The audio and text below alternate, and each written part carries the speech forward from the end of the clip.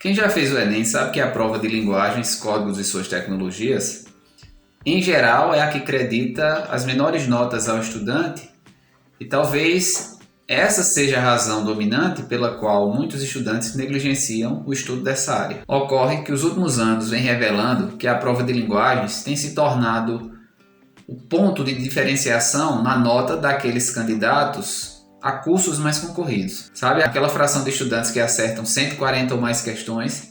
A nota em linguagens tem se tornado um fator de diferenciação. Porque, minha gente, é comum esses estudantes acertarem 35 a 40 questões em matemática, em natureza, em humanas. Agora, não é tão comum se fazer entre 35 e 40 acertos em linguagens. E aqueles que têm performado bem em linguagens têm se destacado em termos de nota. Então seria muito inadvertido, arriscado e até comprometedor da sua parte, se você quer um curso mais concorrido, não dar uma atenção especial à prova de linguagens. Hoje eu vou trazer algumas dicas que eu usei e com elas eu acertei 38 questões e superei a barreira dos 700 pontos na prova de linguagens do Enem 2021. Antes de falar das estratégias, eu tenho um presentinho para vocês.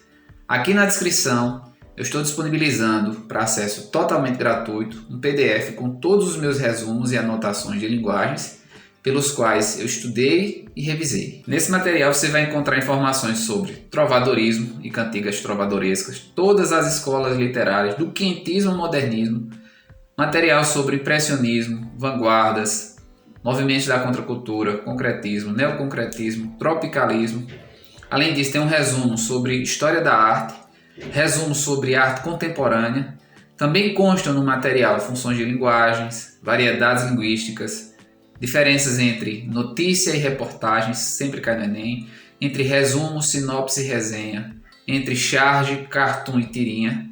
Depois vem tipos de discursos, tipos de narradores ou de foco narrativo, gêneros textuais e literários, figuras de linguagens. São assuntos que todos os anos batem ponto na prova do Enem e eu não vejo motivos para que este ano seja diferente. Então, se você se interessar, baixe o arquivo, imprime se quiser, faça as suas anotações complementares e aí você fica revisando. Só lembrando que eu também já disponibilizei aqui no canal todos os meus resumos da área de humanas.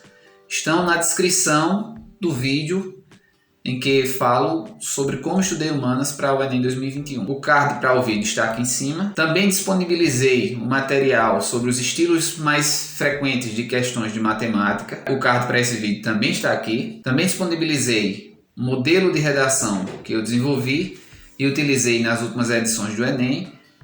E com esse modelo eu obtive por 2 anos 980 e por 2 anos 960. Também você vai encontrar o card aqui em cima e acessando esse vídeo você vai ter à sua disponibilidade o meu modelo de redação em PDF. E ainda vem mais materiais por aí, tá certo? Falando agora da prova, a gente sabe que a prova de linguagens do Enem é muito extensa, o que demanda o uso de estratégias. Do contrário, fica muito difícil para você dar conta no tempo de tudo que você precisa enfrentar no primeiro dia. A primeira estratégia que eu usei começou bem antes da prova e foi me afastar da armadilha frequentemente propalada de que a prova de linguagens é somente interpretativa, que não exige domínio de conteúdos. Esse raciocínio, meu irmão, minha irmã, não é producente e induz a uma preparação relapsa a conteúdos. Tá, em relação à língua estrangeira, tudo bem, é basicamente interpretação direta do texto. Mas no restante da prova é fundamental dominar alguns conteúdos conceituais se você pretende acertar um excelente número de questões. E esses conteúdos mais conceituais estão contemplados nos resumos que eu disponibilizei aqui para vocês. Então eu estudava para linguagens. Além disso, ainda antes da prova, eu fiz muitos simulados, muitas provas antigas. Fundamental, gente, para você se adaptar ao tamanho da prova, que de fato é uma prova enorme, exaustiva. Se você não se acostumar a fazê-la, dificilmente você conseguirá sequer ler a prova inteira e fatalmente vai ter que chutar um monte de questões. Eu sempre deixava a prova de linguagens por último. Você pode fazer diferente desde que você treine a exaustão essa estratégia, essa metodologia de prova. Nada de testar tática nova no dia do Enem. Tudo deve estar bem treinado, bem ensaiado. Então eu orquestrei as minhas ações muitas vezes e muito antes do dia da prova. E todas as vezes eu treinava deixando a prova de linguagens por último. Então, quando eu pegava a prova de linguagens, eu folheava toda a prova tentando garimpar questões com imagens, propagandas, charges, ou questões curtas e tentava responder direto. Por regra, essas questões são mais assimiláveis e mais pessoas acertam, então você tem quase que a obrigação de acertar também. Geralmente, nessa primeira rodada, eu conseguia fazer entre 10 e 12 questões. Depois, eu partia para a prova de língua estrangeira e tentava respondê-la completamente. Claro, se eu ficasse em dúvida em alguma questão, eu circulava o número da questão e seguia adiante. Aquelas questões enormes que sempre aparecem na prova do Enem, eu também deixava para uma segunda ou terceira rodada. Então, depois de ter lido todas as questões, geralmente restavam 6 ou 7 questões nas quais eu tive dúvida, e aí eu precisava reler, reanalisar essas questões. No meu caso, sempre sobrava tempo para isso. Em geral, as questões de linguagem do Enem são compostas por um ou mais textos básicos, que podem ser trechos de uma obra, uma música, um poema, uma propaganda, uma charge, que são usados para estimular o estudante a mobilizar recursos cognitivos para enfrentar a situação problema proposta. Na sequência aparece o comando ou enunciado que traz o problema em si, ligado à habilidade que se quer avaliar no estudante, e depois aparecem as alternativas. A forma tradicional de se responder essas questões é obedecendo à sequência texto base, enunciado, alternativas. Ocorre que se você responder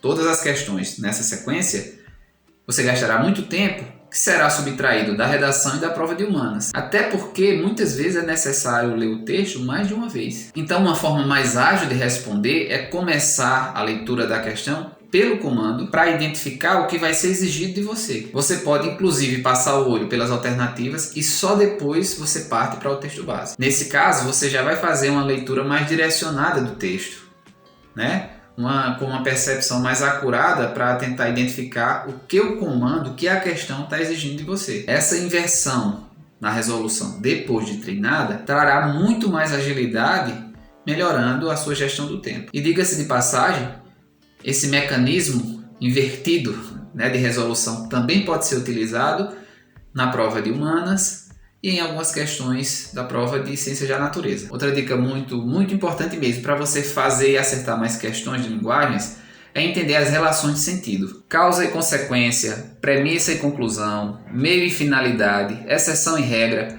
fato e generalização, texto e contexto. Entendendo bem essas relações, a sua capacidade de interpretação fica muito mais afinada. Há questões que perguntam diretamente sobre essas relações e outras que exigem esse raciocínio relacional para que você consiga apontar a alternativa que é mais coerente com o comando. Em síntese, eu acho que para você ir muito bem na prova de linguagem do Enem, você precisa estudar conteúdos, pois a prova não é 100% interpretativa, precisa fazer provas e simulados para se habituar a ler e para treinar e refinar a estratégia de resolução de prova. Minha gente, treinar vai lhe trazer mais resistência, concentração e velocidade. Com mais velocidade na resolução, lhe restará mais tempo para você enfrentar aquelas questões mais capciosas que você ficou em dúvida. E também você deve atentar para essas relações de sentido que eu abordei há pouco. E uma última dica bem importante: se inscreva no canal para que você não perca vários conteúdos que eu vou trazer ainda daqui para o Enem. Eu estou me planejando a fazer vídeos sobre conteúdos propriamente ditos, vídeos de todas as áreas. O que é que vocês acham? Se vocês apoiam essa ideia, deixa aqui no comentário. Se você gostou do vídeo, não se esqueça de amassar o dedo aí no joinha, no like, porque isso me ajuda de verdade. O vídeo vai ficando por aqui. Agradeço de coração, forte abraço e até mais.